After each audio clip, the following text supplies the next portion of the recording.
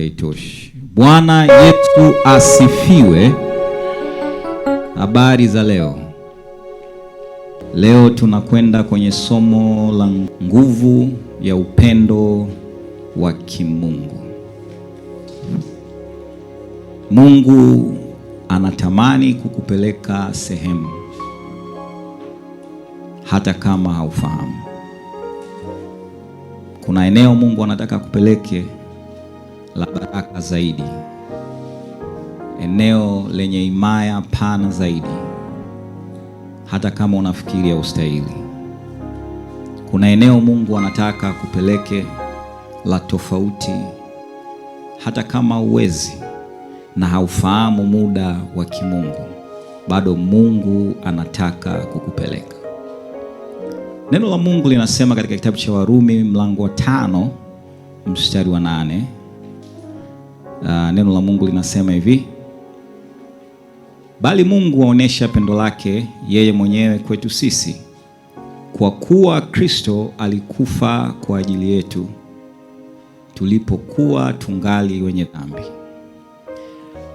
Moja ya andiko ambalo ni maarufu sana lakini lisilozingatiwa, especially watu ambao wanakaa kanisani kwa muda mrefu, tunasahau kazi ya msalaba. Anasema aonesha pendo lake yeye mwenyewe kwetu sisi. Lakini sehemu ya kushtua kidogo anasema kwa kuwa Kristo alikufa kwa ajili yetu tukiwa au tulipokuwa tungali wenye dhambi. Kwa hiyo alituonyesha upendo tukiwa bado hatustahili, na akatufia tukiwa bado hatustahili. Tunazungumzia upendo au nguvu ya upendo wa kimungu, na ninaamini tutakapofika mwisho Mungu atakuwa amesema na wewe na kukupeleka sehemu ya tofauti ambapo utafahamu upendo ni zaidi ya neno la kimahusiano. Pointi yetu ya kwanza inasema pale Yesu alipo nguvu zake ziko kazini. Pale Yesu alipo nguvu zake ziko kazini. Tutasoma Marko, tutakaa kwenye Marko mlango wa 2 na kidogo Luka mlango wa 5. Marko mlango wa 2 mstari wa 1 mpaka wa 12. Nani ana mic anaweza akasoma upesi? Wamekupatia mic Gideon, naomba nisomee. Marko sura ya 2 mstari wa 1 inasema, akaingia Kapernaum tena baada ya siku kadhaa, ikasikiwa ya kwamba yumo nyumbani. Wakakusanyika watu wengi, isibaki nafasi hata mlangoni, akawa akisema nao neno lake. Wakaja watu wakimletea mtu mwenye kupooza, anachukuliwa na watu 4. Na walipokuwa hawawezi kumkaribia kwa sababu ya makutano, waliitoboa dari pale alipokuwapo, na wakisha kulivunja wakaliteremsha godoro alilolilalia yule mwenye kupooza. Naye Yesu alipoona imani yao, akamwambia yule mwenye kupooza, mwanangu, umesamehewa dhambi zako. Na baadhi ya waandishi walikuwako huku wameketi wakifikiri moyoni mwao, mbona huyu anasema hivi? Anakufuru. Ni nani awezaye kusamehe dhambi isipokuwa mmoja, ndiye Mungu? Mara Yesu akafahamu rohoni mwake kwamba wanafikiri hivyo nafsini mwao, akawaambia, mbona mnafikiri hivyo mioyoni mwenu? Vyepesi ni vipi kumwambia mwenye kupooza, umesamehewa dhambi zako, na kusema, ondoka, ujitwike godoro lako uende? Lakini mpate kujua ya kwamba Mwana wa Adamu anayo amri duniani ya kusamehe dhambi. Hapo anamwambia yule mwenye kupooza, nakwambia, ondoka, ujitwike godoro lako uende nyumbani kwako. Mara akaondoka, akajitwika godoro lake, akatoka mbele yao wote, hata wakastaajabu wote, wakamtukuza Mungu akisema, hatujawahi kuona jambo kama hili kamwe. Amen. Ili tupate muktadha sasa, nitakusomea Luka 5:17 mpaka 19. Wanazungumzia eventi hii ya Marko mlango wa pili. Nasema ikawa siku zile, huu ni mlango wa 17 Marko 5, mmojawapo alikuwa akifundisha na Mafarisayo na walimu wa Torati walikuwa wameketi hapo, waliotoka katika kijiji cha Galilaya na Yudea na Yerusalemu. Neno la Mungu linasema na uweza wa Bwana ulikuwapo upate kuponya. Unaweza underline hiyo sehemu kwenye Biblia yako. Mstari 18 unasema na tazama, wakaja watu wakamchukua kitandani mtu mwenye kupoza, wakataka kumpeleka ndani na kumweka mbele yake. Hata walipokosa nafasi ya kumpeleka ndani kwa ajili ya lile kundi la watu, walipanda juu ya dari wakampitisha katika matofali ya juu, wakamshusha yeye na kitanda chake katikati mbele ya watu. Tunaona tofauti ndogo kati ya Luka na Marko. Marko anatuelezea mji, anatuelezea makundi kadhaa ya watu, anazungumzia watu wengi, kundi la watu au kadamnasi, na pia anazungumzia Mafarisayo na walimu. Alafu Luka ana introduce kitu cha tofauti kabisa, anasema kwenye eneo ambalo Yesu alikuwepo. Napenda neno la Mungu linasema na uweza wa Bwana, sema uweza wa Bwana ulikuwapo upate kuponya. Neno la Mungu huwa aliandikwi kwa bahati. Tayari tunaambiwa Yesu yupo kwenye nyumba, lakini Luka anatuambia pamoja na kwamba Yesu alikuwepo, neno la Mungu linasema na uweza wa Bwana. Neno la Kiebrania hapa ni dunamis. Huu ni uweza wa kimiujiza ulikuwa na Yesu. Lakini kuna makundi mawili tayari ya watu mahali hapa. Kuna Mafarisayo na walimu wa dini. Na Mafarisayo na walimu wa dini ni watu wa hali ya juu katika zama hizi. Na ninaamini kabisa kwa sababu eneo lilikuwa limekwisha kujaa, Mafarisayo walipata nafasi za mbele kabisa. Na Mafarisayo kazi yao ilikuwa ni kumkosoa Yesu na kutaka kujua Yesu atakosea wapi ili tumshtaki. Kwa sababu Yesu kwao alikuwa mshindani. Watu wengine wote waliokuwa pale nao walikuwa na shida zao na matatizo yao, na walikuwa wameenda kwa sababu nao pia walikuwa wamesikia Yesu amefanya miujiza mingi, na Yesu yuko kwenye nyumba ya fulani, hatutajui mwenye nyumba. Lakini jambo la ajabu, Mafarisayo, walimu wa dini wapo. Watu wamejaa, hakuna sehemu ya kupita, na shida zao wapo na Yesu. Lakini watu waliogundua kuna uwepo wa Mungu wanatoka mbali. Watu wanaogundua kwamba kuna uweza wa Yesu wa kuponya na Yesu mwenyewe ni vitu viwili tofauti. Wote tunamjua Yesu hapa, si ndio? Lakini tunatembea na Yesu kidini sana. Tunatembea na Yesu kidini mno. Na Yesu wetu tunampeleka na tunamuombea sehemu mbili sana. Kabla ya kula na safari, kama unasafiri. Kabla ya kula lazima, wanangu wanasema baba hujaomba. Naambia jamani, mimi toka asubuhi nilishaombea na kubariki siku yangu, kwa unaweza nikala tu chakula. Wanaomba, yani unahakikisha kwamba wanaomba. Wanaomba. That's a good thing. Tunatoka mkasema mchungaji amesema tusiombe chakula. Kuna sehemu tunaelekea. Safari? Lazima tuombe safari. Baba ukatuepushe na madereva wanaendesha gari vibaya.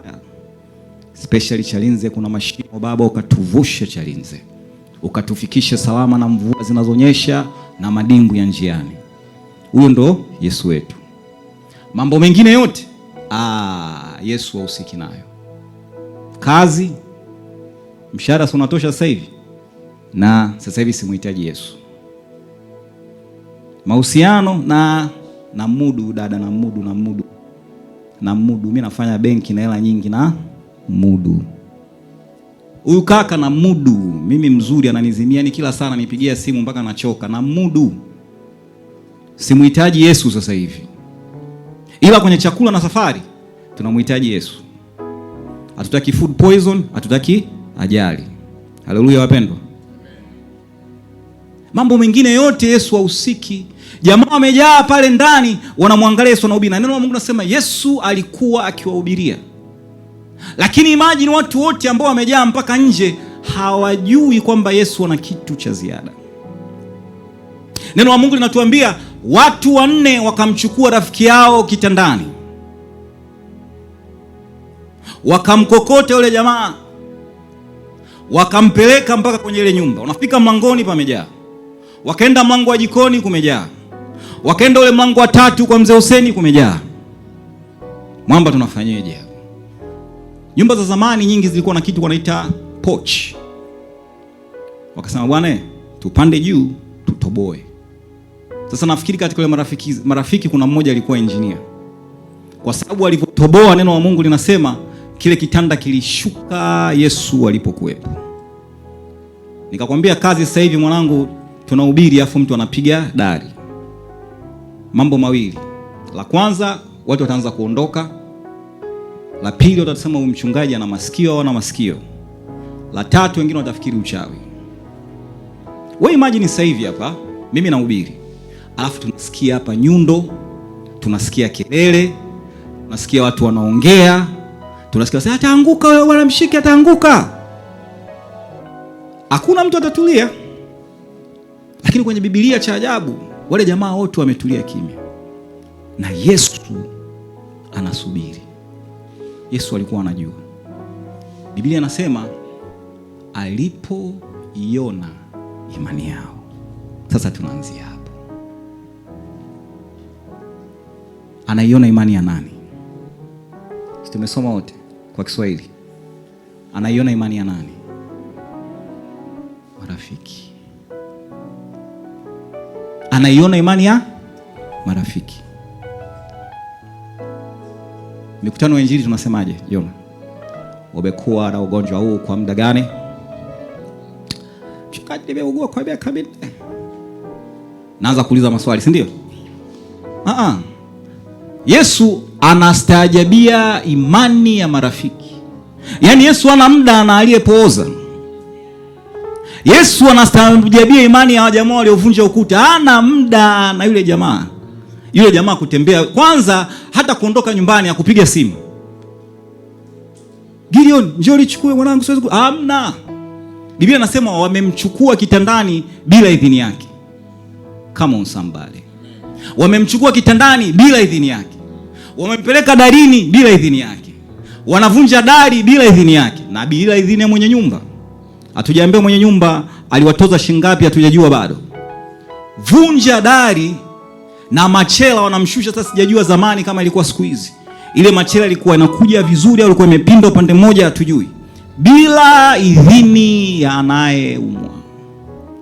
Yesu anaangalia wale, anasema akastaajabia imani yao.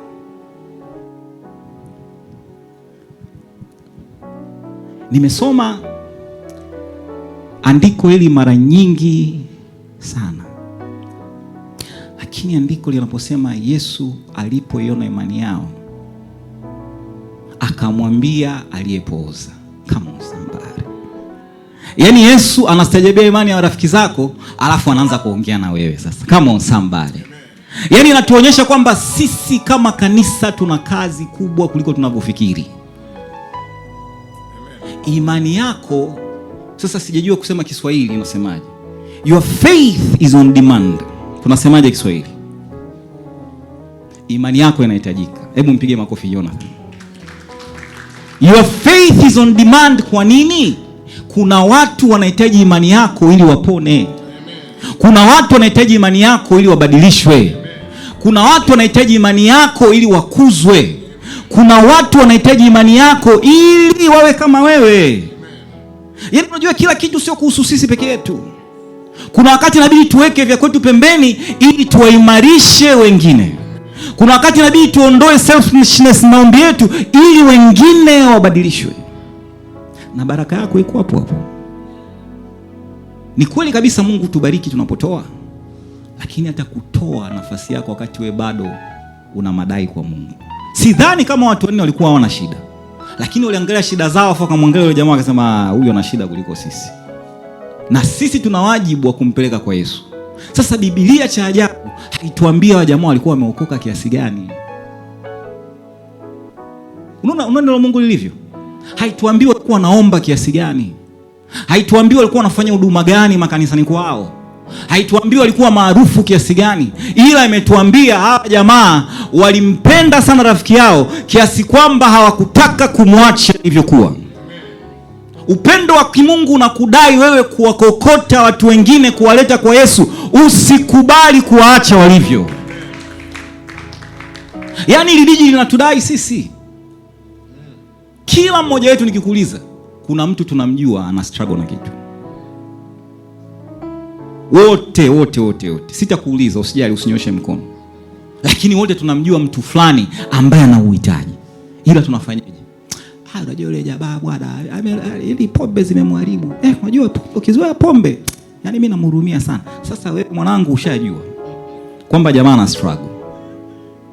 Leo hii yule mwamba yule unaomsema, Jumapili umlete. Yaani Jumapili nataka tujaze watu hapa, tutoboe roof. Sasa tutatoboa literally roof, tutaingiza mlangoni pale. Yaani kuna watu nataka tuwalete, wakifika hapa mwanangu wakiondoka wanatembea vitanda vyao vimebeba kichwani katika jina la Yesu Kristo. Huo ndio upendo wa kimungu. Hivi nikuulize swali. Mimi nasoma ile message mimi mwenyewe inanishtua. Sitaki nikushtue peke yako ufikiri kwamba pastor alikuwa anajua hivi vitu zamani. Nimesoma, lakini uzuri wa kuhubiri ni kwamba Mungu anakufunulia vitu kidogo kidogo. Hatufunuliwagi milele mara moja na zote. Taratibu. Hawa jamaa wamefika, wamempeleka kwa Yesu, wamemshusha chini. Yesu anastajabia imani yao. Yesu anashusha frequency, anakwenda kwa mwamba, anamuita mwanangu. Anaonyesha mahusiano kati ya mwanadamu na Mungu. Ni mara chache sana Yesu ametumia neno dota au mwanangu. Anamwambia mwanangu, dhambi zako zimesamehewa. Kwa nini Yesu hakumponya kwanza? Sababu angeweza kumponya, afu jamaa akapanda punda akapinduka, akafa. Okay. Itakusaidia nini wewe ukapona afu hauna Yesu? Itanisaidia nini mimi nikipata kile nilichokitaka kama sina Yesu? Anasema kwenye Biblia. Itakufaidia nini ukiupata ulimwengu wote afu ukapoteza nafsi yako? Kwa Yesu akaanza kwanza na kitu cha muhimu. Akamwambia mwanangu, dhambi zako zimesamehewa. Sasa hapo hatujaambiwa jamaa alisema nini. Sijui kama alikuwa ameparalyze kiasi cha kushindwa kuongea, sijui. Lakini akamsamehe dhambi kwanza. Now imagine hapa. Tuna Mafarisayo, tuna kadamnasi, kuna rafiki zake. Mafarisayo leo sio topic yetu. Nataka nikupeleke mwisho wa maongezi ya Yesu na huyu kijana. Tukimbilie mstari wa 12. Yesu anamwambia, nakwambia ondoka, ujitwike godoro lako, uende nyumbani kwako. Si ndio? Nakwambia ondoka. Baada ya kumsamehe dhambi, Yesu anamwambia ondoka, ujitwike godoro lako, uende nyumbani kwako. Biblia inasema mara akaondoka akajitwika godoro lake, akatoka mbele ya wote, hata wakastaajabu wote, wakamtukuza Mungu akisema, hatujawahi kuona jambo kama hili. Unaona miujiza miwili imetoka kwa wakati mmoja. Yesu anapomwambia jitwike godoro lako uende, yule kijana anapona, anabeba godoro lake. Wakati wanakuja wameingilia kwenye rufu. Wakati wa kuondoka njia inapatikana. Come on somebody. Yaani wakati wa kuondoka ile njia ilipatikana kwa sababu ya kitu kikubwa Mungu alichokuwa amekifanya katika maisha yake. Kilikuwa kikubwa kiasi kwamba naamini chumba chote kilisimama na kustaajabia muujiza wa kimungu. Lakini kwa nini walistaajabu? Sio kwa sababu ya imani ya huyu kijana, kwa sababu imani ya marafiki wanne. Jumapili iliyopita nilikuambia angalia soko yako, watu wanaokuzunguka. Mwamba, kama una mtu anakupigia simu na unapitia shida, akwambie tuombe, akutumie andiko, akwambie sikiliza, kesho Jumatatu ninafunga kwa ajili ya issue yako. Hauna rafiki hata mmoja wa hivyo? Siku yako ina matatizo. Hauna mtu ambaye anasema nataka nije nyumbani kwako tuombe kwa sababu ya kitu ambacho ameniambia. We have problems. Unamwambia shida, mwanangu, solution anazokupatia za kichawi, za kipepo. Ngoja ni explain. Mtu anakuambia kuhusu kulipiza kisasi, au mtu anakuambia kuhusu kuchukua rushwa, mtu anakuambia chukua shortcut, lakini hakuna neno la Mungu, hakuna maombi, hakuna nitafunga kwa ajili yako, hakuna ninaamini Mungu atakutokea. Au sio marafiki? Afu Biblia anasema watu wawili hawawezi kutembea wasipopatana. Kwa maana yake wewe unapatana na mtu ambaye anakupotosha. Halo. Jamaa wamempeleka kwa Yesu. Na nilichokipenda mimi, jamaa wakutaka credit. Umeona Yesu anamwambia nenda. Akula kushuka Yesu, na sisi tubariki basi. Sisi tumemleta hapa. Yaani hawakutaka credit yoyote. Hao ndo marafiki ambao ninakuombea neema ya Mungu mwaka huu ukapate marafiki ambao watakulia na kukupeleka mbele za Yesu, na wewe ukapata badiliko la kweli. Hiyo neema ikakutana nayo mwaka huu. Kabisa. Yaani ni kilio changu na watu ambao yani saa nyingine hata mchungaji na kushukuru sana, siku hizi hata kukupigia simu sikupigii. Hiyo nitafurahi. Kwa sababu kuna watu wanalia na wewe na wanaomba na wewe. Wanafunga na wewe. Na sio tu hivyo, wanahakikisha umepata breakthrough. Kama somebody. Sio mambo unapata breakthrough afu wanakuonea wivu tena. Wanafurahia mwanangu unapopata breakthrough. Hao ndo marafiki ambao tunawahitaji. Hao ndio watu ambao tunataka watuzunguke. Na katika jina la Yesu ndani ya Hope City, hao ndio watakuwa rafiki zako. Pokea hiyo neema katika jina la Yesu Kristo. Pointi yetu ya pili kabla sijafika mbali,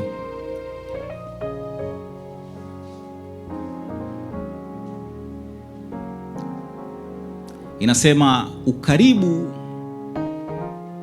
wa kidini hauleti badiliko, bali imani.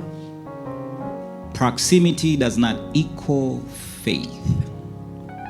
Utanoti pale kwenye nyumba, watu waliokuwa karibu na Yesu hawakupokea chochote. Umati ulikuwa karibu na Yesu, Mafarisayo walikuwa karibu na Yesu, lakini Mafarisayo walikuwa kinyume na Yesu, ingawa kijiografia walikuwa karibu na Yesu. Tunaweza tukawa karibu na Yesu kidini. Tunakuja kanisani, tunakwenda kwenye mikutano na festival za kidini, lakini hatuna personal relationship with Christ. Sisi binafsi hatumtafuti Yesu. Ila kwenye makusanyiko tuko na Yesu, kwenye mikutano tuko na Yesu, kwenye mikesha tuko na Yesu. Tukitoka kwenye mikesha, tukitoka kwenye ibada, yani tukitoka kwenye vitu vyote ambavyo vinahusisha umati, Yesu hayupo tena. Mafarisayo walikuwa pale pale, umati ulikuwa pale pale. Na neno la Mungu linasema uweza wa Yesu. Ukisoma neno linasema dunamis. Dunamis ni nguvu ya kimiujiza. Inasema nguvu ya kimiujiza ilikuwepo, lakini haikuwagusa waliokuwa karibu, imewagusa walio mbali. Kama usambali. Yaani walio mbali tena wamepita kwenye dari, wao ndo wameguswa na nguvu ya kimiujiza. Nikwambia kwa nini? Kuna wakati Mungu hutusukuma kupitia mazingira. Kuna wakati Mungu anatusukuma tusogee kwa imani kupitia maumivu. Na mara nyingine tunakuwa so comfortable kwenye uncomfortable situation, kwa sababu that's what we know. Hivyo ndio tunachokifahamu. Kwa hiyo kutoka hapo nilipo naogopa kitatokea kipi. Kwa Mungu hutumia mazingira kutupushi. Kwa huyu bwana Mungu ametumia marafiki kumuondoa pale aliko. Saa nyingine Mungu si atatumia sauti kututoa pale tulipo. Lakini unapochukua hatua ya imani, hapo ndio Mungu anaanza kufanya kazi. Na siku zote Mungu hufanya kazi mbele ya muda wetu na ratiba zetu.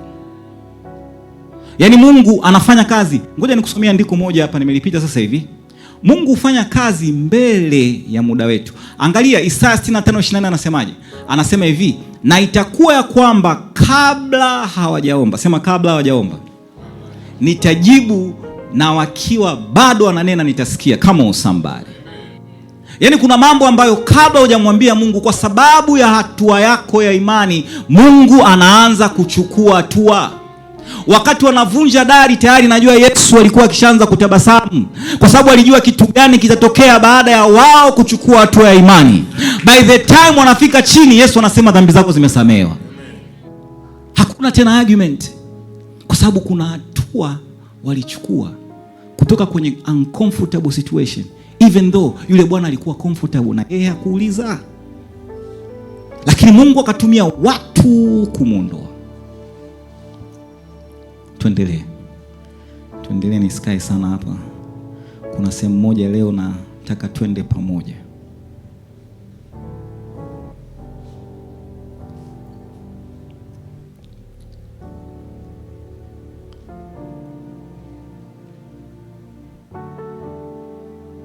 Ukisoma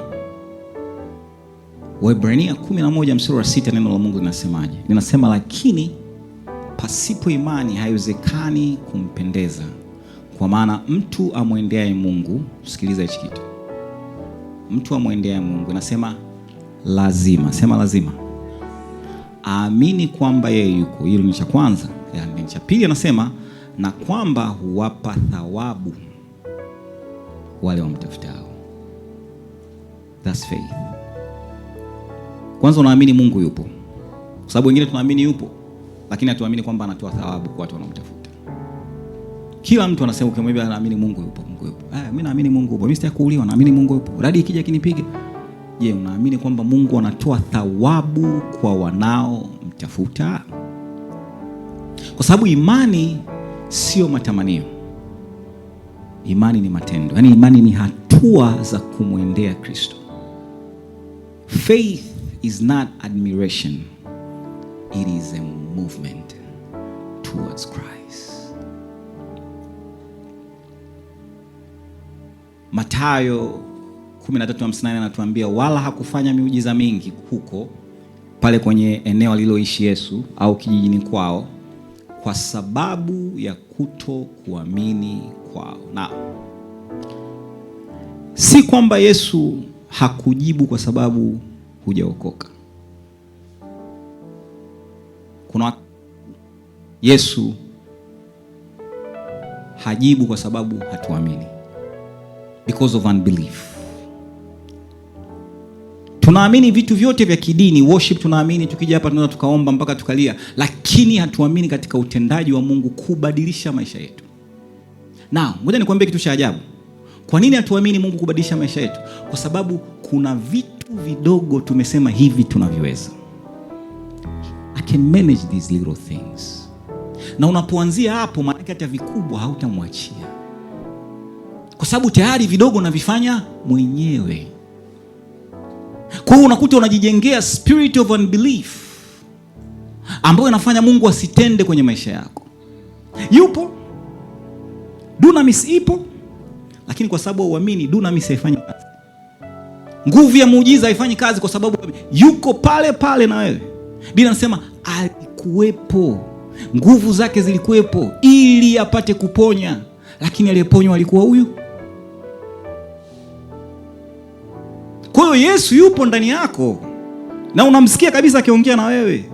Na saa nyingine kuna mafunuo unapata, lakini kuna vitu hauamini kwamba anaweza akafanya. That's a very dangerous place to be. It's a very dangerous place to be. Point yetu ya tatu nasema Mungu, upendo wa Mungu hufanya kazi kupitia jamii. Yesu alipoiona imani yao. Imani yako, nitaka ni highlight hivi vitu, kama utasahau vitu vingi hivi vichache nataka usisahau. Imani yako inaweza ikawa shared. Imani yako inaweza ikabebwa, yani ikawa packaged, ikabebwa, na ikishabebwa inaweza kwenda kubeba na kumpeleka mtu kwa Yesu. Imani yako inaweza kusimama kwa niaba. Yaani kuna watu wanakusubiri wewe usimame kwa niaba yako ili wao wabadilishwe.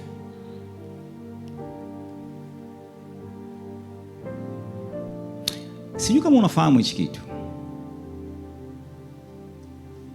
Kuna wakati unaweza ukapita season ambayo ukawa mdhaifu kupitiliza.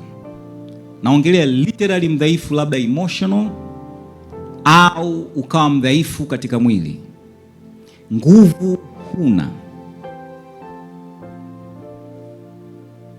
Na maombi unaona kama yasikiki.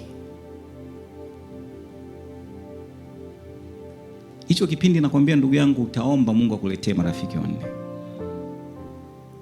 Nasema kwa nini? Tukipita kwenye hicho kipindi, kumbuka kuna mtu mwingine na anapitia hicho kipindi. Kwa tusiwe selfish pale ambapo Mungu anatujaza kwa maana ya ndani yetu, mioyo yetu na furaha ya Kristo, unatembea katika ujasiri wa Mungu. Muulize Mungu, ni nani Mungu nataka nimbebe nimpeleke darini ashuke kwako? Nani Mungu nataka nimlete kwako abadilishwe na nguvu ya Kristo? Yesu kumponya yule mtu aliye paralyze kwa sababu ya yule mtu alivyojisikia, kwa sababu yule mtu labda alielezea majirani. Yaani wale marafiki zake wasingempeleka kwa Yesu, yule jamaa angekuwa historia. Tusingemfahamu, tusingemsoma kwenye neno la Mungu. Anasemaje wa Galatia 6:2? Anasema mchukuliane mizigo na hivyo kutimiza sheria ya Kristo. Narudia tena. Mchukuliane mizigo na hivyo kutimiza sheria ya Kristo. Warumi 15 mstari wa kwanza anasema, basi imetupasa sisi tulio na nguvu kuchukua udhaifu wao wasio na nguvu, wala haitupasi kujipendeza wenyewe. Unaona neno la Mungu linachokisema? Wala haitupasi kujipendeza wenyewe. Pointi yetu ya 4 inasema Yesu sio kanuni, yeye ni mlango. Yani Jesus is not a method. He is the door. Yohana mlango wa 10, hii ni Injili ya Yohana mstari wa 7 mpaka wa 10. Anasema basi Yesu aliwaambia tena, amin amin nawaambieni, mimi ndimi mlango wa kondoo. Wote walionitangulia ni wezi na wanyang'anyi, lakini kondoo hawakusikia. Sura 9 anasema mimi ndimi mlango, mtu akiingia kwa mimi ataokoka, ataingia na kutoka, naye atapata malisho. Mstari wa 10 tunaufahamu sana, anasema mwizi huja tu kuiba, kuua na kuharibu. Mimi nilikuja ili wawe na uzima, tena wawe nao tele. Sema tena, niwe na uzima tele. Ukilisoma ile andiko upesi sana utafikiri Yesu anaongelea tu uzima wa milele. Nilishasema tena, Yesu hakuokoi roho yako peke yako, kwa sababu roho yako inapostawi na mwili wako utastawi. Na ndio maana ukisoma Agano Jipya anasema ninakuombea ufanikiwe kwenye roho yako kama mwili wako kama roho yako inavyofanikiwa. Yesu akikuokoa, sangine tunahubiri injili hafifu sana, ukaokolewa na ukabadilishwa, lazima na mambo yako ya kimwili yatabadilishwa. Lazima utastawi katika kazi yako. Hata kama utapita katika changamoto, lakini Mungu atakung'oa katika hizo shida, na utaishi maisha ya ushindi kwa sababu roho yako inastawi. Hauwezi ukastawi rohoni na usistawi kwenye mwili. Roho inapostawi na mwili wako utastawi. Bwana Yesu asifiwe sana. Anasema nimekuja ili wawe na uzima, tena wawe nao tele. Kiingereza anasema and have it abundantly. Yaani Mungu anatoa abundance, anatoa utele. Mungu sio Mungu wa uchache. Tatizo ni kwamba hatuamini katika utele. Hatuamini katika utele. Na kwa nini hatuamini katika utele? Again, tunaogopa. Nikiamini sana kisipotokea. nikiamini sana kisipotokea. Kwa wale ambao wamesubiri miujiza ya aina tofauti, utanielewa.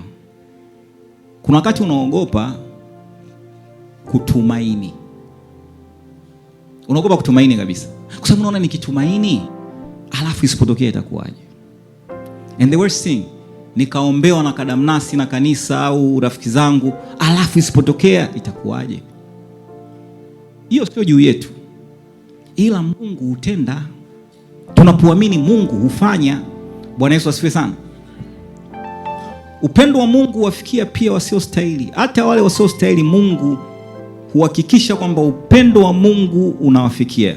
Nitamalizia mahubiri leo kwenye kitabu cha Wafalme mlango wa 2. Gidi, naomba unisomee mstari, kama Gidi yupo au aliyopewa maiki mwingine nani? Wafalme wa 2 mlango wa 7 mstari wa 3 mpaka wa 5. Wafalme wa 2 mlango wa 7. Saa nyingine imani haionekani ya kiroho. Niwe mkweli, imani kuna wakati inaweza ikaonekana kama kituko fulani hivi, na ndio maana mara nyingi sana watu wanaochukua hatua za imani huwa wanazichukua wenyewe, hautangazi hadharani. Mara nyingi sana watu wanachukua hatua za imani wenyewe, kwa sababu ukikiongea kitu unaonekana wewe akili yako finyu. Gili, unaweza kunisomea hapo? Umefika Wafalme wa 2 mlango wa 7 mstari wa 3 mpaka wa 5. Inasema, basi walikuwapo watu 4 wenye ukoma penye lango la mji, wakasemezana, mbona tunakaa hapa hata tufe? Tukisema tutaingia mjini mna njaa, nasi tutakufa humo, nasi tukikaa hapa tutakufa vile vile. Haya, twende tukaliendee jeshi la Washami, wakituhifadhi hai tutaishi, wakituua tutakufa tu. Basi wakaondoka kabla ya mapambazuko, ili waende mpaka kituo cha Washami. Na walipofika mwanzo wa kambi ya Washami, kumbe hapakuwa na mtu. Asante sana. Hawa wakoma, nafikiri umeshasikia mara nyingi sana hii event. Hii ilikuwa kipindi ambacho Samaria ilikuwa na njaa, na ndani ya kuta za mji wa Samaria kulikuwa tayari watu wameshaanza kula watu, wanakula watoto watu wengine. So ilikuwa ni hali mbaya sana ya njaa. Lakini nataka uangalie hizi alternative 3, hii mibadala yao mitatu waliokuwa nayo. Wanapoanza mstari wa 3, wanasemezana, wanasema tutakaa hapa hata tufe. And then wanaanza kuelezea option zao. Sasa tukisema tutaingia mjini mna njaa, nasi tutakufa humo. Kwanza walikuwa ruhusi kuingia mjini, kwa sababu wakoma walikuwa ni watu najisi, kwa walikuwa hawaruhusiwi kuingia Samaria. Kwa hiyo option ya kwanza ni kifo, tukiingia mjini tutakufa humo, wanasema.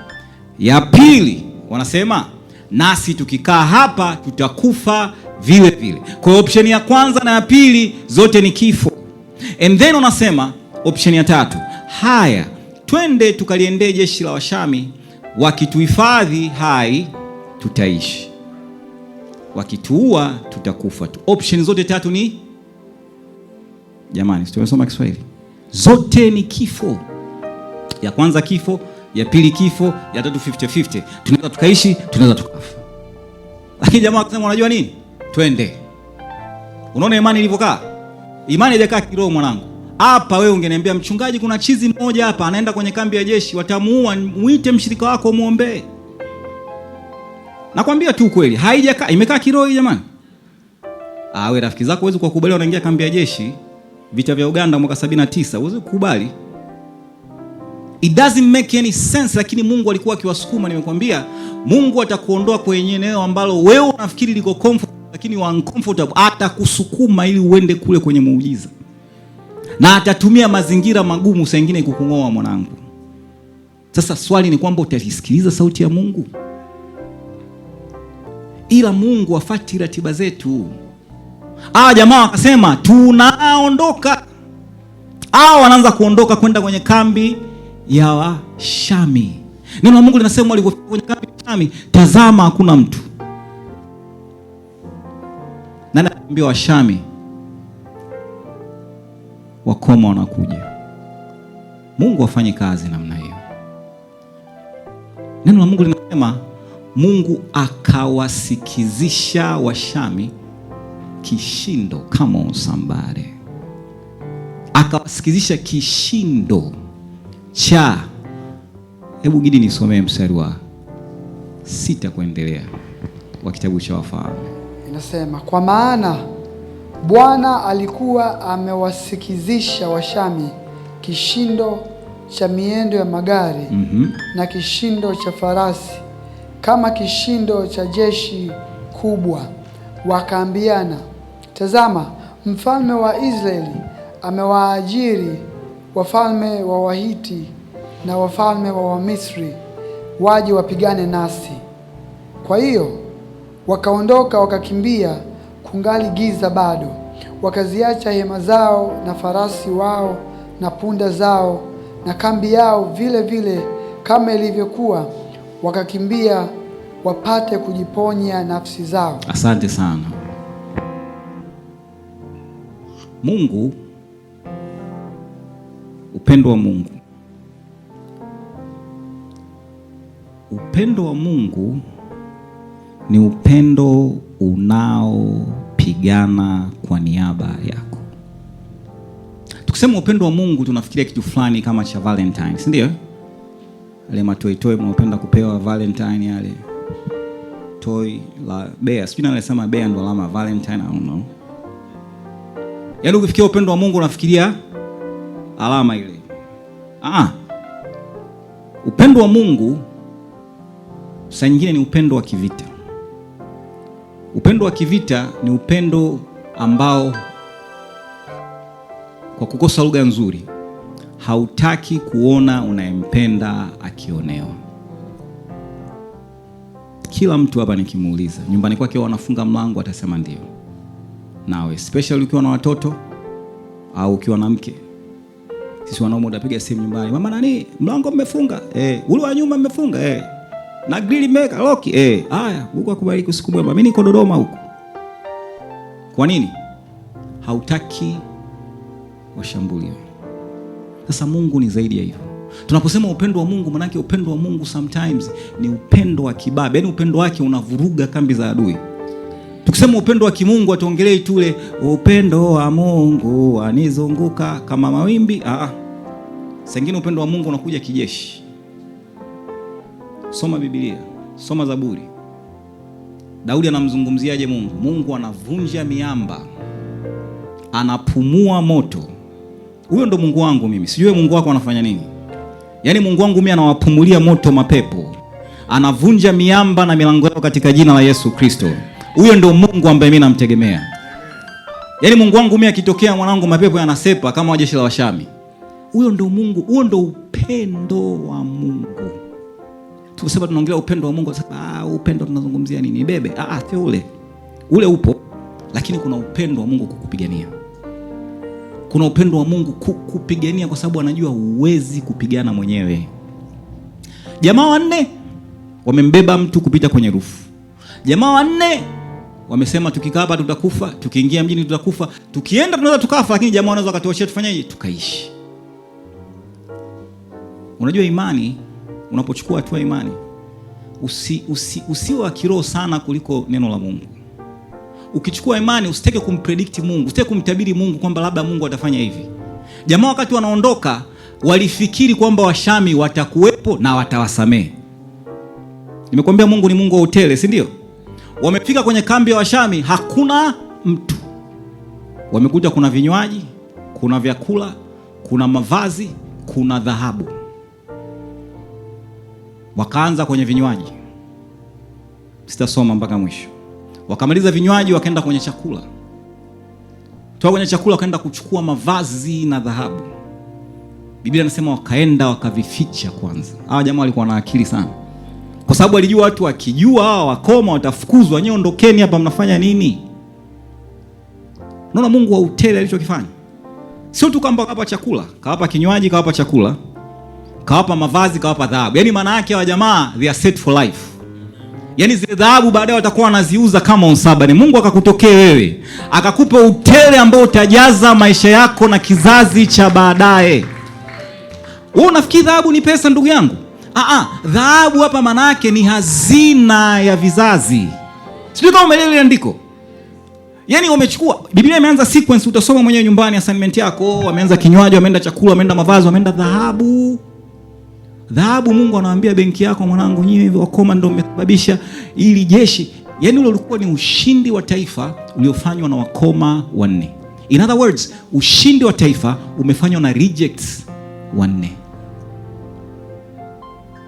Hakuna rejects mbele ya Mungu. Hakuna mtu ambaye uko disqualified mbele za Mungu. Hakuna asiyefaa mbele za Mungu. Hata asiyefaa atapewa hazina ya vizazi na vizazi kama akiamini katika jina la Yesu Kristo mwana wa Mungu. Sijajua unaangalia upendo wa Mungu kutokea kwenye engo ipi. Unaangalia upendo wa Mungu kuangalia kwenye mafundisho yetu ya mwanzo ya awali ya Sunday School. Unaangalia upendo wa Mungu kuangalia kwamba ni ile hali ya mahusiano tu kama mtu.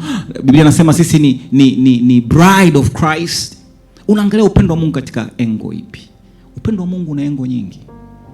Pamoja na kwamba Mungu ni mme wa kanisa, lakini pia Mungu hupigana kwa niaba yetu.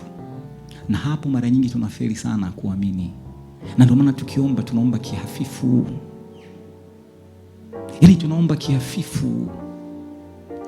Nimeshasema so many times, usiende kwa Mungu jambo ambalo wewe unalitaka na unalilia, ufike kwake umwambie Baba ikikupendeza.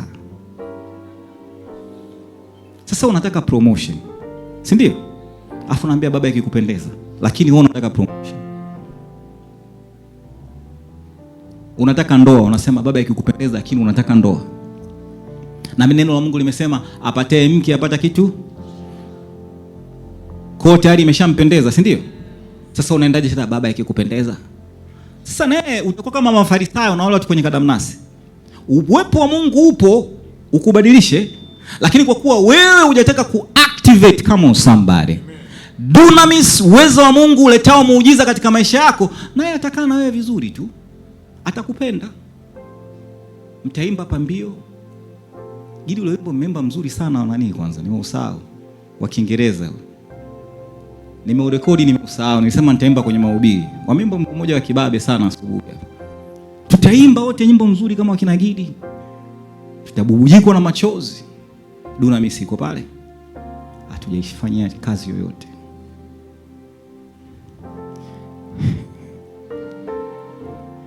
Juzi nimepata joto sana. Nikasema kawaida nikiwa kwenye chumba, sehemu yote nikikaa, nikibonyeza hata kama siangalie AC inafanya inawaka. So juzi for some reason nawasha ifanye kazi. Nasogeza, unajua saa nyingine hata ufikiri sawa sawa. Nangu unasogea kabisa, yani unaiangalia hii hapo. Haifanyi kazi. Kidogo nitupe remote chini. Nikafikiria nikasema Morris, fikiria basi kama mtu mzima. Nikakumbuka, nikamtuma kijana mmoja, nikamwambia niletee battery AAA, akaleta. Nikaweka battery AAA. Mwanangu hata kama nimejificha nikibonyeza AC inawaka. Hata nikiweka chini ya kitanda AC inawaka. Sasa Wakristo wengine mnakoka hapa Pastor Morris. Dunamis iko. Hujaiactivate kwa sababu hujabadilisha zile frequencies. Unasema Baba ikikupendeza. Weka beti, sema Baba katika jina la Yesu ukanipatie hazina kama wakoma, hazina ya vizazi na vizazi. Yaani lile unalolihitaji umwambie vile vile unavyohitaji. Sasa shika, tunaomba. Mimi niko na Jonathan hapa. Jonathan anataka Mungu ampanue maya yake. Kama ni kazi anataka kuwa CEO, mimi sijui. Namsikia naomba Baba nifanye CEO, na mimi naanza Baba na mimi nifanye CEO. Wewe unataka nini? Yaani wewe shida yako nini? Wakoma walisema mwanangu sisi tunataka kula. Wakapewa kinywaji, chakula, mavazi, dhahabu. Come on somebody. Huyo Mungu wa kibabe kiasi gani? Yani nataka kuruka kwenye kiti saizi. Jamaa wamepewa hazina, hawana mikono. Wamepewa hazina na kwenye mji wakienda wanafukuzwa. Wamepewa hazina ya kibenki, sijui mabenka mko ngapi hapa. Unajua dhahabu mpaka saizi ndo zinawekwa kwenye nini hizo wanasema? Kule Marekani wana kitu wanaita Fort Knox. Ulinzi kama wote. Yaani ni kama hazina ya kifedha ya serikali. Lakini hawakupewa serikali. Wakapewa wakoma. Sio wasomi, wakoma. Sio wachungaji, wakoma. Sio manabii, wakoma. Yaani wakoma wamepewa hazina ya wao, watoto wao na watoto watoto wao. Alafu mimi nikae hapa niseme baba ikikupendeza, Mungu nipatie hazina. Sasa yeye ataamua nipe au asinipe. Atasema ndio, hapana au subiri. Yeye ndo atasema. Ila wewe unamsemea Mungu ndio, hapana na subiri. Nani? Wewe nenda kwake umwambie, alafu yeye akwambie subiri.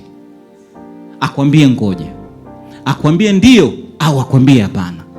Ila usikae pale mpaka ufe. Jamaa wanasema, hebu rudia ile andiko. Wanasema hivi, kwa nini tukae hapa mpaka tufe? Such a powerful question.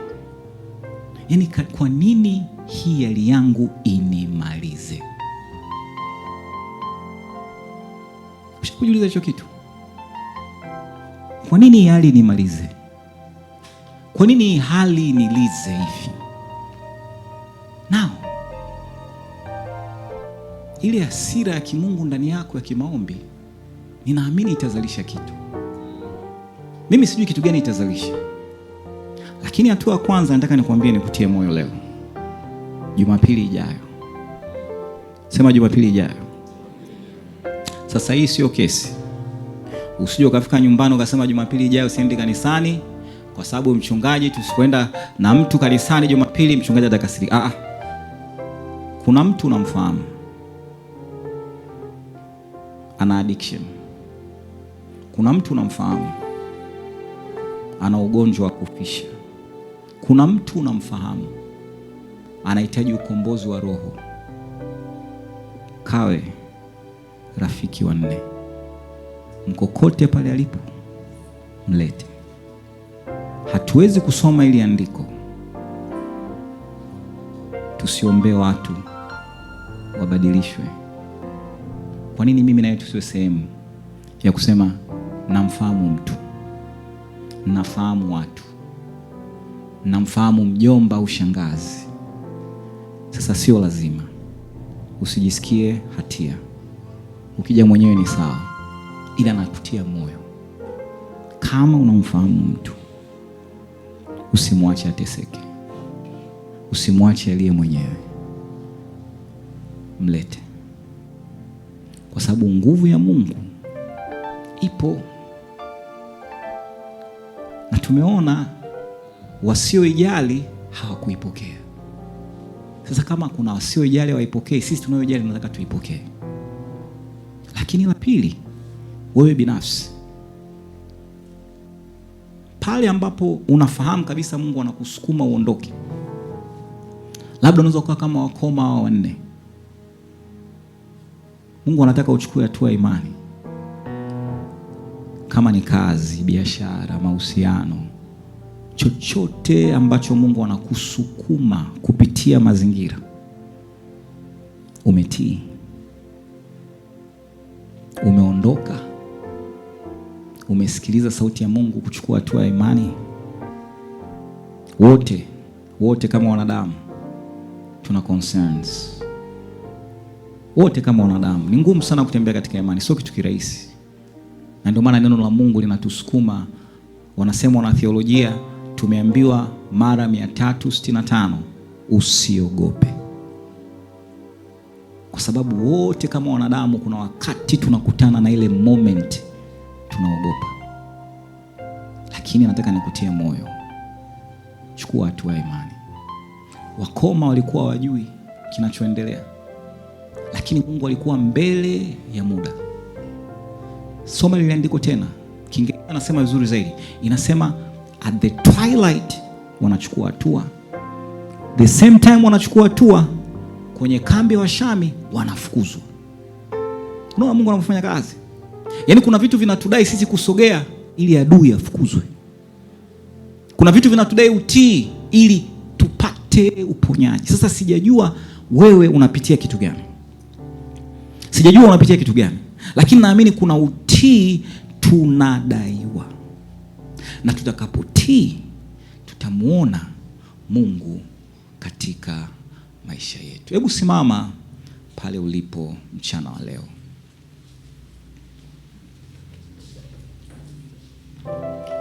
Napomaliza ningependa niseme pointi ya mwisho. Nasema upendo hulinda makao yake. Upendo wa Mungu hulinda makao yake. Kwenye Kumbukumbu la Torati tunaambiwa Mungu wa milele ndiye makazi yako, na mikono ya milele chini yako na mbele yako. Amemsukuma mbali adui yako, akasema angamiza. Mungu ni makao yetu. Lakini kwenye waraka wa kwanza wa Yohana mlango wa 4 mstari wa 13 anasema, katika hili tunafahamu ya kuwa tunakaa ndani yake naye ndani yetu, kwa kuwa ametushirikisha Roho wake Mtakatifu. Kwa sababu Mungu anakaa ndani yetu, Mungu atalinda pale anapoishi. Mwambie mwenzako, Mungu atalinda pale anapoishi. Si anaishi ndani yako? Au uamini hicho kitu? Wapendwa wanaogopa. Mungu aishi ndani yako. Kwa hiyo Mungu analinda makao yake. Na makao yake ni, sema kwa ushindi basi. Makao yake ni mimi ni makao ya Mungu. Amesema kwenye waraka kwanza wa Yohana mlango wa 4, si ndio Kama mimi ni makao ya Mungu, manake Mungu atanilinda, kwa sababu mimi na wewe tu makao ya Mungu. Tunapomaliza siku ya leo, nataka nikuulize swali. Ni eneo gani unahitaji kumwamini Mungu ili upendo wa Mungu ufanye kazi ndani yako? Wewe unafahamu ni eneo gani?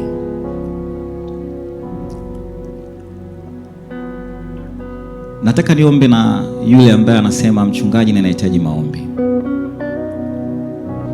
Ninajua upendo wa Mungu, lakini sikuona namna hii, kama upendo ambao unapigana kwa niaba yangu, upendo unaoenda mbele ya muda na ratiba zangu za kiroho, upendo ambao unalinda makao.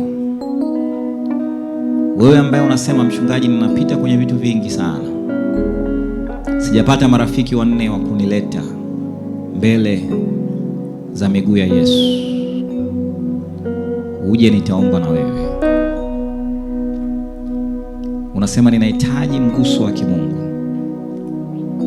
Na wewe ambao unasema ninataka niwe kama marafiki wanne, ninataka niwe mtu ambaye ninawaleta watu kwenye miguu ya Yesu, pia nitaomba na wewe. Nataka tuombe pamoja. Kwa wale watakaohitaji maombi, jisikie huru,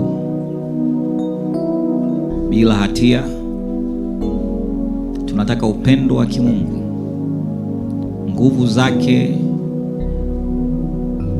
za dunamis, nguvu ambayo ni nguvu ya kimiujiza, ikutane na wewe, ibadilishe maisha yako, ilete tumaini kwa upya. Ni lazima tuone Mungu akitufungua. Maombi yangu yafike kwako.